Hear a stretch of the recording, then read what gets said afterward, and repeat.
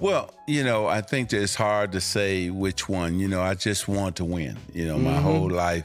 Magic Johnson shocks the NBA world with his bold take on Alex Rodriguez's $1.5 billion Timberwolves acquisition, shaking up the league's ownership landscape like never before. Johnson declared on his X account, making it clear where he stands on this game-changing acquisition. "I'm excited about today's announcement that my friend Alex Rodriguez and his partner Marc became the sole owners of the Minnesota Timberwolves." This straight-to-the-point message from one sports ownership icon to another has sent shockwaves through both the NBA and MLB communities, highlighting the rare crossover between basketball and baseball business titans. What makes this statement particularly significant is the deep mentor-mentee relationship between the two sports legends. Rodriguez has openly credited Johnson with inspiring his transition from athletic stardom to business ownership. "Then I saw him, Magic Johnson, go from the Lakers to the Dodgers, and I go, wait a minute, actually, why couldn't I go from Major League Baseball to the NBA?" And that's exactly what happened, A-Rod previously revealed, highlighting how Johnson's career path directly influenced his own ambitions. The journey to this moment was anything but smooth for Rodriguez and his business partner Marc. Their $1.5 billion acquisition faced major hurdles when former owner Glenn Taylor attempted to back out of the final 40% sale in March 2024, claiming missed deadlines in their phased purchase agreement that began in 2021.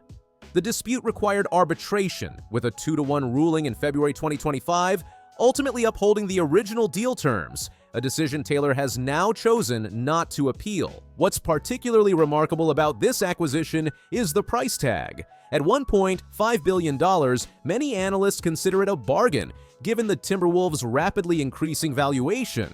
Rodriguez and Lore secured this price back in 2021 when they began their phased purchase with an initial 36% stake. To put this deal over the finish line, they brought in heavyweight financial reinforcements, with billionaires Michael Bloomberg and Eric Schmidt joining as minority partners, effectively silencing any remaining questions about their financial capability.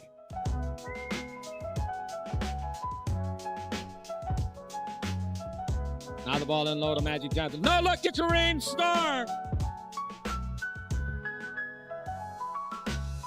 Lakers, Magic Johnson has it again. Johnson's relationship with Rodriguez goes far beyond a simple congratulatory message. Years ago, when A-Rod was just a young baseball star trying to map out his post-playing career, Magic took him under his wing during a pivotal 3-hour dinner. Rodriguez, only 20 or 21 at the time, absorbed Johnson's business wisdom, similar to how Shaquille O'Neal also benefited from Magic's mentorship. The key difference? Johnson made A-Rod promise to pay it forward. So a lot of what I'm doing today, I'm probably spending 20 to 25% of my time mentoring a lot of athletes and a lot of people of color like myself, and people that really want to advance their business career. Rodriguez has explained, demonstrating how he's honoring that commitment to continue Johnson's legacy of mentorship. The parallels between their careers are striking. Johnson, an NBA legend, made the leap to MLB ownership with the Los Angeles Dodgers. Now Rodriguez, an MLB superstar, has completed his transition to NBA ownership. This role reversal represents a fascinating convergence of America's sporting cultures, with each man proving that athletic excellence can translate to business success across different sports. For the Timberwolves organization, this ownership change arrives at a pivotal moment in the franchise's competitive trajectory. The team has shown promising potential in recent years, and the leadership approach of Rodriguez and Laura will be closely scrutinized. Will they adopt a hands-on style similar to Mark Cuban's early years with the Dallas Mavericks? Or will they embrace a more delegating approach, focusing on business operations while trusting basketball decisions to established executives? Magic Johnson will certainly be watching closely. As someone who has navigated the complex transition from player to owner himself, he understands the challenges that lie ahead for Rodriguez. Johnson's experience with the Dodgers has been largely successful, helping transform them into one of baseball's model franchises with a balance of financial investment and baseball operations excellence. For Rodriguez, the pressure is now on to demonstrate that his business acumen extends to running an NBA franchise. While he's had a partial ownership stake since 2021, having full control presents an entirely different level of responsibility. The decisions made in the coming months, from front office personnel to player acquisitions, will set the tone for the Rodriguez-Lore era in Minnesota. The timing of this ownership transition could hardly be more interesting, with the NBA's media rights negotiations looming and franchise valuations continuing to soar. The $1.5 billion purchase price already looks like a shrewd investment, as recent NBA franchise sales have commanded significantly higher multiples. If Rodriguez and Lore can improve the team's on-court performance while enhancing its business operations, they could see their investment appreciate substantially in the coming years. Johnson's public endorsement carries significant weight in NBA circles. As a Hall of Famer, former team president of the Lakers, and successful business magnate, his voice commands respect throughout the league. His message to Rodriguez serves as both congratulation and a passing of the torch, from one athlete turned owner to another, in the exclusive club of sports team ownership where former players remain underrepresented. The implications of this ownership change extend beyond just the Timberwolves. It continues a trend of former athletes leveraging their careers into significant business opportunities, challenging the traditional ownership model dominated by billionaires from outside the sports world. Rodriguez joins Michael Jordan, Charlotte Hornets, now sold, and Johnson himself as former players who have reached the ownership summit. What do you think about Magic Johnson's response to Alex Rodriguez's Timberwolves acquisition? Will A-Rod's ownership prove as successful as Johnson's ventures with the Dodgers? And could this mentor-mentee relationship between two sports legends create a new paradigm for athlete empowerment in professional sports ownership? The basketball world watches with interest as this new chapter in Minnesota basketball begins under the watchful eye of the man who helped make it all possible. A great deal to you because it's hard to win. Mm-hmm. And so, but if you think about beating the Celtics, that's always going to mean the most to me. NBA legend Magic Johnson has never been one to hold back, and his recent appearance on Byron Scott's Fast Break podcast has the basketball world buzzing. The Lakers icon aimed for today's NBA stars, blasting load management, declining competitiveness, and the lackluster all-star game. But he also had high praise for Nuggets superstar Nikola Jokic, and of course couldn't resist reigniting his legendary rivalry with the Boston Celtics. Basketball player. He's the best I've ever seen. He was my driving force. I just don't think there'll ever be another 6'9" point guard that smiles while he humiliates you. Johnson's criticism of load management, the practice of star players sitting out games for rest, was particularly pointed. I love the NBA game, but then I turn on a game, right? And the stars are not playing because of load management. It's hurting the game, Johnson said. This issue strikes a nerve with the Hall of Famer, who recalled a conversation with Michael Jordan that reinforced his position on player availability. I was with Michael Jordan, not last summer, but the summer before last. We ran into each other in Europe, and he says, "Irvin, I don't know why these guys," Johnson shared, before highlighting how Jordan prided himself on his availability, playing all 82 games in 9 of his 15 seasons. The implication was clear. Today's stars simply don't match the commitment level of previous generations. Where is it going? And that's number one. And number two, how do we get it back? Even for me, I love the NBA game, but then I turn on to a game, right? And then the stars are not playing because of load management. Mm-hmm. It's hurting the game. And I was with Michael Jordan, not last summer, summer before last. We ran into each other in Europe. And he says, Irvin. Johnson's dedication to playing through pain was legendary. He revealed that Lakers head athletic trainer Gary Vitti had to physically prevent him from suiting up when injured. He wouldn't let me put my uniform on when I couldn't play in the game because he knew I would tear the damn jersey off and go in the game, Johnson admitted. This stands in stark contrast to the modern approach where players regularly sit out games despite being healthy enough to play.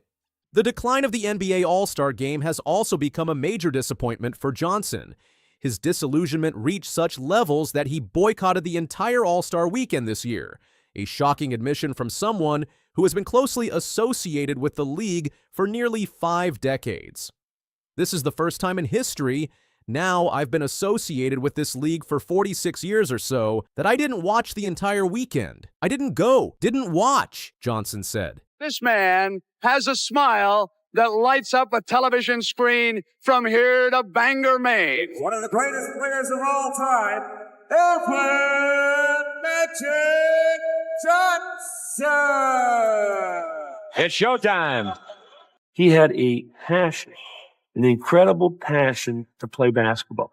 He loved the game. He loved to entertain the crowd. Magic's just a great basketball player. He's the best I've ever seen. He was my driving force. His expectations for an all-star effort aren't unreasonable either. You don't have to give 100%, but you got to give 80, you got to give 75, make it a game, and make it competitive. He insisted.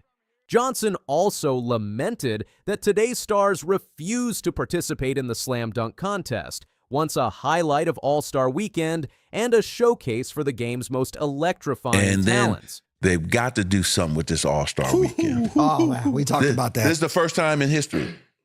Now, I've been associated with this league 46 years or so. I didn't watch the entire weekend. Wow.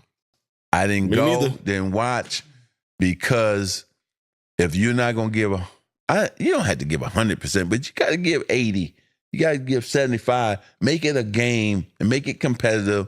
But wait, there is more. Despite his criticism of the current NBA culture, Johnson wasn't shy about acknowledging greatness where he sees it. When asked about the best player in today's game, he quickly pointed to Denver Nuggets center Nikola Jokic. Best player in basketball right now. He reads situations and defenses well. His basketball IQ is off the chart, Johnson praised. Coming from a player renowned for his basketball intelligence, this represents a significant recognition of Jokic's talents.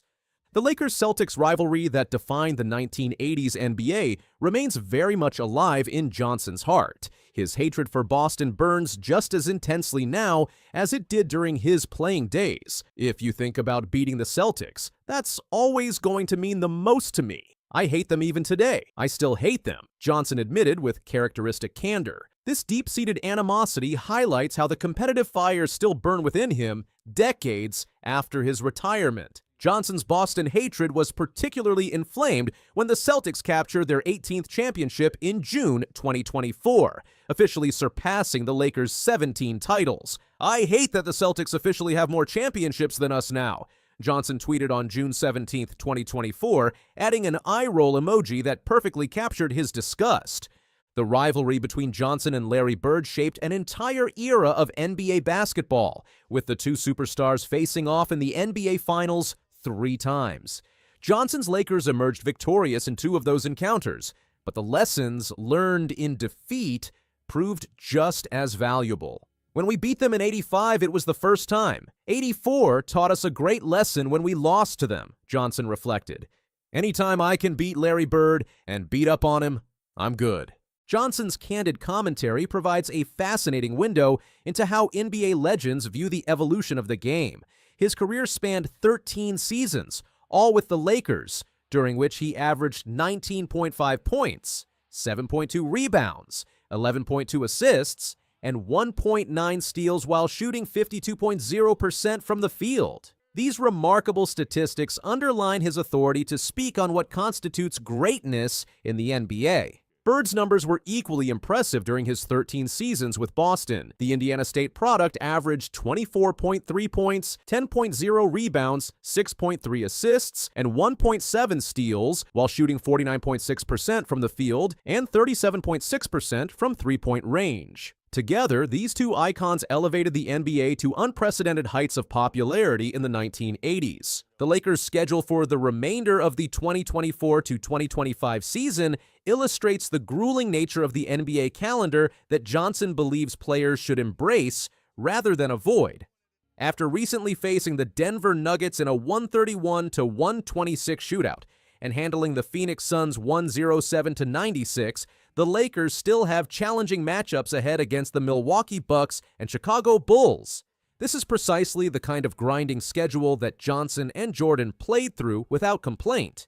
Johnson's critique goes beyond player availability. He sees a deeper shift in the competitive fire that defined his era. The decline of the slam dunk contest, once a stage for legends like Jordan, Wilkins, and Kobe, reflects this change, as today's stars routinely opt out, depriving fans of iconic moments. This latest commentary from Johnson comes at a time when the NBA is grappling with significant questions about its product. Television ratings have fluctuated, social media highlights have become increasingly important, and the league continues to search for the right balance between player health and game integrity. Johnson's voice adds significant weight to the conversation, given his status as both a legendary player and a successful businessman. Johnson's critique carries weight because it comes from a deep love for the game. Despite his frustrations, he remains invested in basketball's future, speaking not as a bitter former player, but as someone who wants to see the NBA regain the competitive edge of his era. The real question is whether today's stars will take his words to heart. Will they prioritize availability and competitive fire in shaping their legacies, or will trends like load management and fading rivalries continue? The answers will influence not just how this generation is remembered, but the direction of the league itself. What do you think about Magic Johnson's take on today's NBA stars? Is load management truly hurting the game, or is it a necessary evolution? Should today's superstars be participating in events like the Slam Dunk Contest? Has the All-Star Game lost its appeal? Share your thoughts in the comments section and subscribe to our channel for more updates. Magic have a foul to give. Steph for three. Got it! Plus. Put him to sleep. Night-night. The closer. And then Steph, that's as emotional as you'll ever see him. He is hyped. Stephen Curry just dropped a bombshell about his true feelings on the Jimmy Butler trade, and it's nothing like what Warriors fans expected. The NBA's greatest shooter admitted he was bitter and upset when the deal first went down, calling it a whirlwind that left him emotionally torn. Now, as the Warriors start to click with Butler in the lineup, Curry's shocking confession adds a whole new twist to one of the season's biggest trades. In a candid interview on 95.7 The Game, Curry didn't hold back when discussing his immediate reaction to the trade that brought the six-time All-Star forward to Golden State. But walk us through where you were at when you got the news that Jimmy was coming to town, and your thoughts. That was a wild whirlwind of a day. We were about to play Utah, and rumors, talks, conversations, what ifs, and then it happened. So first you're upset because you're losing guys that you went to war with, Wiggs especially, who helped us win a championship and saw him flourish for the 5 years he was here. The trade, which sent Andrew Wiggins, Kyle Lowry, and other valuable pieces to the Miami Heat in exchange for Butler, initially struck Curry as a disruption to the team's chemistry. Wiggins, who had been instrumental in the Warriors' 2022 championship run, was particularly difficult for Curry to see apart. Wiggs especially, who helped us win a championship and saw him flourish for the 5 years he was here, Curry said, highlighting the personal connection that made the business decision so difficult to process. Went to war with, Wiggs especially, who helped us win a championship and saw him flourish for the 5 years he was here. Dennis, Kyle, Lindy, seeing them guys go who were a big part of early in the year. And then you think about the future. Yeah, we're excited that Jimmy was here. We were, again, understanding of who he was as a superstar, and the idea that he plays basketball a very similar way, trying to, as he would say, make the right play. What makes this revelation particularly shocking is how it contrasts with Butler's enthusiastic reaction to joining the Warriors. Upon arriving in the Bay Area, Butler didn't hide his excitement about teaming up with the two-time MVP. "I get to play with Steph Curry, who I'm a fan of, just like 99.9% of the world," Butler had declared. The stark difference between Butler's enthusiasm and Curry's initial disappointment creates a compelling narrative about the complex human emotions behind major NBA trades. Let's see what Butler said before. They say opposites attract in a lot of ways in life, and I don't think I could be a better complement to him and vice versa. They're not leaving him ever, so there's so much space for everybody else. I get the easy job. I'm playing one-on-one, or I'm playing in so much space. And then everybody's looking for him, and everybody's looking to get him open. I think the idea, he's like the exact opposite player of me, which is kind of funny. Like, I'm shooting 16 threes, he shot one, got to the free throw line a lot. He's dominating the paint, I'm dominating the outside and the perimeter. Guys working around us is has the potential to be really, really fun. Curry wasn't alone in his distress. Fellow Warriors player Buddy Hield made an even more dramatic statement about the team's reaction to losing Wiggins. It was emotional in that locker room. I was even more emotional because I wish it was me that got traded because Wiggs did so much for this franchise, Hield confessed, underscoring the depth of the team's initial resistance to the trade. The Butler deal came after months of increasingly public tension between the forward and Miami Heat president Pat Riley. What began as disagreements over Butler's contract value escalated dramatically after Butler missed the Heat's first-round playoff loss to Boston last season. Butler's claim that Miami would have won had he played prompted Riley's sharp retort, "If you're not on the court playing, you should keep your mouth shut." The deteriorating relationship reached its breaking point following what sources described as an emotional 2-hour meeting between Butler and Riley. Butler characterized the Heat president as unhinged and disturbing, claiming Riley gave him unsolicited and unwanted parenting advice and even told him he loved him through tears, allegations Riley firmly denies. This toxic environment ultimately facilitated Butler's move to Golden State, creating the very situation that initially upset Curry. What's perhaps most remarkable about this story is how dramatically Curry's perspective has shifted since those first difficult days. After working with Butler on the court, Curry now speaks highly of his new teammates' impact. Seeing them guys go who were a big part of early in the year. And then you think about the future, yeah. We're excited that Jimmy was here. We were, again, understanding of who he was as a superstar. This transformation in Curry's attitude reflects the professional mindset that has made him one of basketball's greatest champions. Despite his initial emotional reaction, Curry quickly recognized Butler's value to the team and adapted accordingly. The results speak for themselves. Since Butler's arrival, Curry has been playing some of his most efficient basketball, averaging 29.5 points per game with an astonishing 71% true shooting percentage since the All-Star break. Other Warriors players have similarly reversed their initial skepticism. Steph, that's as emotional as you'll ever see him. He is hype. Little swaggy backpedal. Steph fouling Russell Westbrook, and he is not happy to say the least. Steph is highly ranked. Do you want to challenge this one? Hield, who had expressed such strong emotion about Wiggins' departure, now praises Butler as the connector on both ends, who knows how to win and knows how to play. Moses Moody has been even more direct about Butler's positive impact. It's a lot easier playing with Jimmy Butler. One, he calls for so much attention, so a lot of times my guy is looking at him on defense a lot, and he's just always making the right play, always on the lookout, so it frees up a lot of open shots. Why does it seem like so many players love playing for this organization? And if that's so important, why do you played in other teams? Why don't we see that more throughout the league? I just think that it starts from the head. With Steve just brings everybody together. And, you got to have guys like great coaching staff around you, too. And I know I've been in a lot of situations where I've never seen a situation like this in my life. And this dramatic shift in team sentiment, from initial upset to growing appreciation, highlights the complex dynamics involved when major roster changes occur mid-season. While the business side of basketball often requires tough decisions, the emotional bonds formed between teammates can make these transitions particularly challenging even for seasoned veterans like Curry.